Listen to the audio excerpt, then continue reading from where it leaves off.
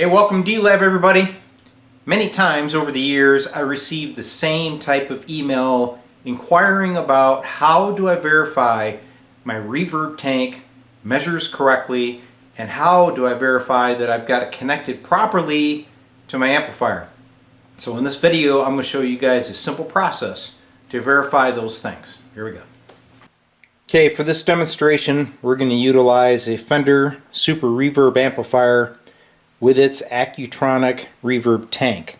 You are going to need an ohm meter to test this tank. The ohm meter needs to be set at the low ohm scale. In this case, it's 0 to 600 ohms. Alright, let's go to step 1. Step 1. Perform a visual inspection of your cables and the RCA plugs.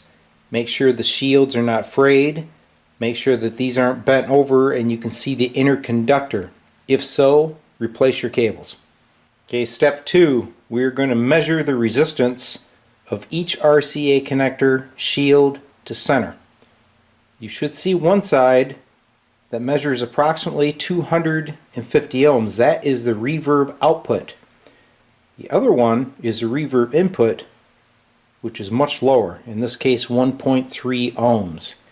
If you measure these ends and you receive an open indication, you need to buzz out your cables. If that doesn't work, then we'll buzz out the tank. Let me show you that. Alright, so to verify that your cable set is good, you're going to leave your ohm meter on the low ohm scale. Start by going shield to shield. You should see continuity on the meter. Then you're going to measure from center to center.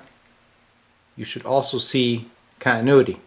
And when you're done with that, leave this one on the center and just touch the other lead to the shield and make sure that it's open, indicating there's no internal shorts in the cable. So you verified that your cable set is good, yet you still show that open indication on the other end of these cables. So the problem must be with the reverb tank or the connection to it. So what you're going to do is remove the RCA plugs and measure the coils direct. So there is my 247 ohms.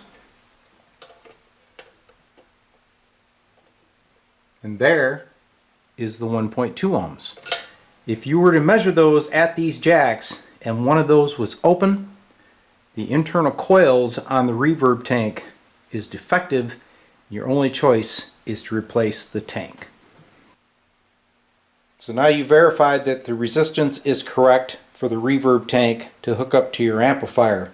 Remember, the low resistance, that 1.2 ohms, is going to go to the reverb input.